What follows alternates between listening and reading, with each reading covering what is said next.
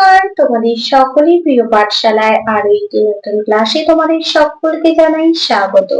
আজকে আমি তোমাদের সাথে আলোচনা করব তৃতীয় শ্রেণীর দ্বিতীয় পর্যায়ক্রমিক মূল্যায়ন 2025 রায়মাটির স্টেট ব্যাংকের বাংলার 12 নম্বর স্কুলটির প্রশ্ন উত্তর।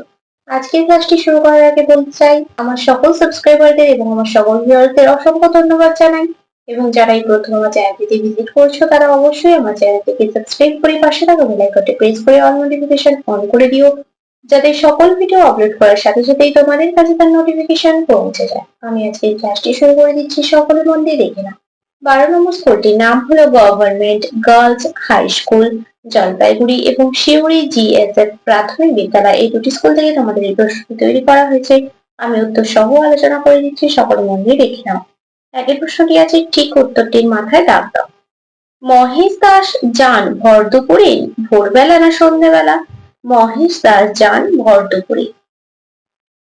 তারা বাড়ি তৈরি করবে, করব না করবি? তারা বাড়ি তৈরি করবে। নৌকা যাত্রা কবিতায় শিশুটি যাবে রাজা মন্ত্রী রাজপুত্র হয়ে। নৌকা যাত্রা কবিতায় শিশুটি যাবে রাজপুত্র হয়ে। সেখানে লতা পাতা সব দলাদলি গলাগলি জড়াজড়ি করে আছে। সেখানে লতা পাতা সব গলাগলি করে আছে। মাঠের থেকে এঁটো কাটা কুটো কাটা কাঠকুটো নিয়ে বাসা বাঁধলো। মাঠের থেকে কুটো কাটা নিয়ে বাসা বাঁধলো। কবিতায় শিশুটি যাবে নৌকায় জাহাজে না ঘোড়ায় চড়ে? নৌকায় চড়ে। মানুষকে ড্যাশ দূর দূরান্তে যেতে হতো। শূন্যস্থানে বসবে ট্রেনে বাসে না হেঁটে? হেঁটে। মানুষকে হেঁটে দূর দূরান্তে যেতে হতো। পরবর্তী পৃষ্ঠায় কি কি প্রশ্ন দেওয়া আছে দেখে নেওয়া যাক। দুইটা বলেছে শূন্যস্থান পূরণ করো।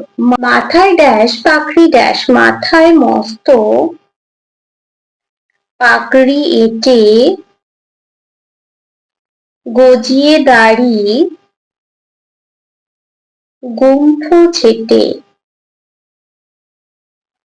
ঘুম ভেঙে ড্যাশ ড্যাশ পাখিদের ড্যাশ, ঘুম ভেঙে দেখি আজ পাখিদের কুজনে বাবা আছে মাও আছে, দুই পাশে দুজন। তিনেরটা বলেছি নিচের প্রশ্নগুলির এক কথায় উত্তর দাও। লিপিদের বাড়ি কোথায়? মেদিনীপুর জেলায় এগড়ায়। এটা আগেও তোমাদের লিখিয়ে দিয়েছি। মেদিনীপুর জেলার এগড়ায়। ঝড়ের সঙ্গে কে কে আসে? ঝড়ের সঙ্গে আঁধি আর বৃষ্টি আসে। আঁধি আর বৃষ্টি। হিংসুটির বয়স কত? 7 বছর। কুজন কি? কুজন হলো পাখির ডাক। অভিযানের নৌকাটির নাম কি? আংড়ে। পর্যটন করেন যিনি তাকে কি বলে? পর্যটক। নৌকা যাত্রা কবিতাটি কার লেখা? রবীন্দ্রনাথ ঠাকুরের। রবীন্দ্রনাথ ঠাকুরের। হিংসুটির দিদির বয়স কত? হিংসুটির থেকে 1 বছরের বড়, তাহলে হিংসুটির বয়স 7 বছর আর হিংসুটির দিদির বয়স 8 বছর। তারপরে 4 প্রশ্নটি বলেছে এলোমেলো বর্ণগুলিকে সাজিয়ে শব্দ গঠন করো।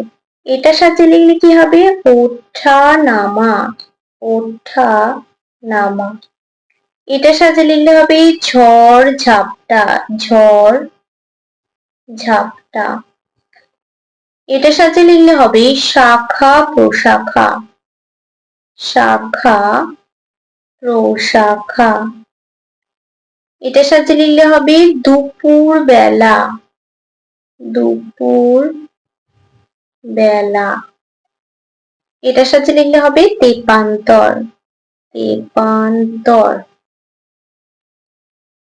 এটার সাথে লিখলে হবে সাদা কালো, সাদা কালো। পাঁচেরটা বলেছি অর্থ লেখো, যে কোনো চারটে, আমি পাঁচটাই লিখে দেখাচ্ছি। অস্পষ্ট, অস্পষ্ট শব্দের অর্থ কি? ঝাপসা। ডান্ডা, ডান্ডা শব্দের অর্থ কি? লাঠি। বলাকা, বলাকা শব্দের অর্থ কি? সাদা পাখির ঝাঁক। হিমেল, হিমেল শব্দের অর্থ কি? শীতল। কুজন, কুজন শব্দের অর্থ পাখি ডাক। ছয়টা বলেছি বিপরীতার্থক শব্দ লেখো, যে কোনো ছটি, আমি প্রত্যেকটি লিখে দেখাচ্ছি। শান্তির বিপরীত কি হয়ে যাবে? অশান্তি। বন্ধ, খোলা। জন্ম, মৃত্যু।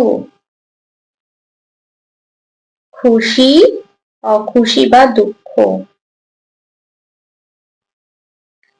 পেছনে, সামনে। ঘুম, জাগা। দেশ, বিদেশ। তারপরে সাতেরটা বলেছি বর্ণ বিশ্লেষণ করো। আকাশ, আ, তাহলে প্রথম লিখবো আ, যোগ কয়ে আঁকা আছে, কয়ে হসন্ত যোগ আ, তারপরে আছে তালব্য স, তালব্য স যোগ অ। তারপর আছে বর্ষা, ব যোগ অ যোগ মূর্ধন্য ষ রে, তার মানে রটা হবে র যোগ মূর্ধন্য স যোগ আ। তারপরে আটেরটা বলেছি একটি করে সমার্থক শব্দ লেখো, যে কোনো দুটি, আমি তিনটি লিখে দেখাচ্ছি। বাড়ি, বাড়ির সমার্থক শব্দ কি হবে? গৃহ হবে, ভবন হবে, আলয় হবে। সমুদ্র কি হয়ে যাবে? সাগর। হাওয়া হয়ে যাবে বাতাস। তাহলে দেখো, আজ আমি তোমাদের তৃতীয় শ্রেণীর বাংলার 12 নম্বর স্কুলটিও আলোচনা করে দিলাম। আজকের ক্লাসটি তাহলে আমি এখানে শেষ করছি। খুব তাড়াতাড়ি আরো একটি নতুন ক্লাস নিয়ে হাজির হবো তোমাদের সামনে। যদি তোমাদের আজকের ক্লাসটি ভালো লেগে থাকে তাহলে অবশ্যই লাইক করে দিও এবং বন্ধুদের সাথে শেয়ার করতে কিন্তু একদমই ভুলো না। আর যদি কোনো প্রশ্নের উত্তর জানা থাকে অবশ্যই কমেন্ট করে জানাতে ভুলবে না। সকলেই সুস্থ থাকবে, স্বাভাবিক থাকবে। সকলকে অসংখ্য ধন্যবাদ।